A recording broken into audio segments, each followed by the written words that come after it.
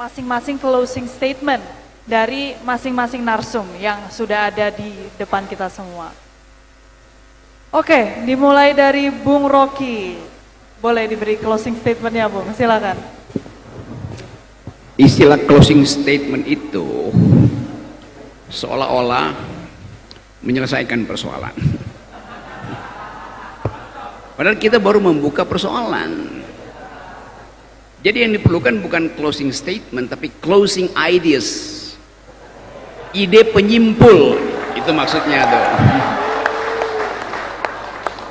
Kita mau simpulkan bahwa kita cicil energi kita untuk bertahan di dalam keadaan yang memungkinkan kita frustrasi. Hari-hari ini kita ada dalam suasana frustrasi, melihat perkembangan politik yang masih penuh gejala intip mengintip antar partai, sikut menyikut antar tokoh, ketidak konsistenan di dalam kabinet. Karena itu sangat mungkin akan ada evaluasi oleh Presiden Prabowo dalam 100 hari ke depan. Tetapi yang harus jadi permanen adalah keinginan kita untuk merawat republik ini. Republik itu dimulai dari desa. Kepala desa itu lebih penting dari kepala negara. Kita ya,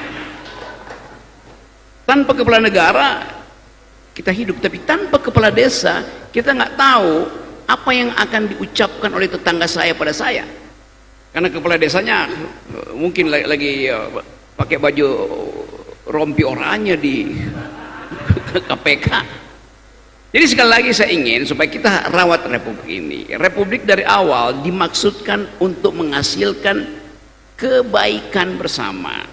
Itu dasarnya. Tapi kita mulai cemas bahwa oke, ada Pak Prabowo ingin supaya ekonomi tumbuh 8% itu. Walaupun sekarang kabinetnya mulai ubah sedikit, kan 8% itu dianggap susah untuk dicapai. Oke, menuju 8%. Waktu menuju 8% artinya akan ada ecological footprint. Berapa persen? Bertumbuh 8% akan ada pabrik dibangun, artinya akan ada karbon diproduksi. Bertumbuh 8% artinya akan ada lahan untuk dijadikan food estate misalnya. Pasti di situ ada ukuran carbon tradingnya berapa yang akhirnya terlepas ke angkasa kan. Tetapi itulah pilihan-pilihan sulit bagi kita tuh, bahwa kita ingin mempercepat pengentasan kemiskinan. Kita ingin supaya ada keakraban di desa.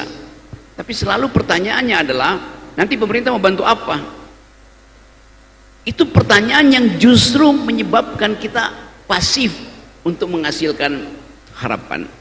Jadi harusnya ucapkan sesuatu dan jadikan ucapan itu peristiwa yang memungkinkan kita berharap.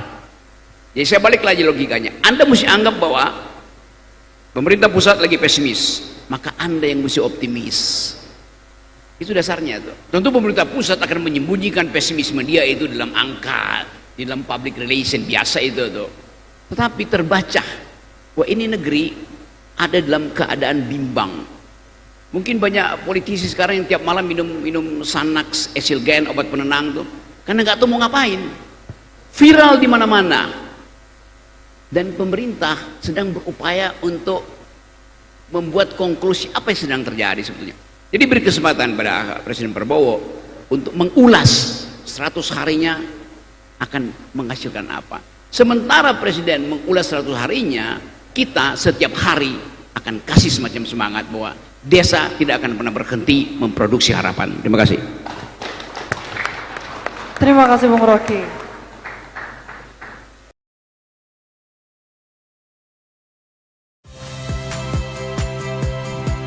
Saya Cynthia Rompas.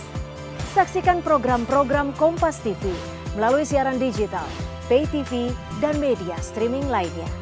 Kompas TV, independen, terpercaya.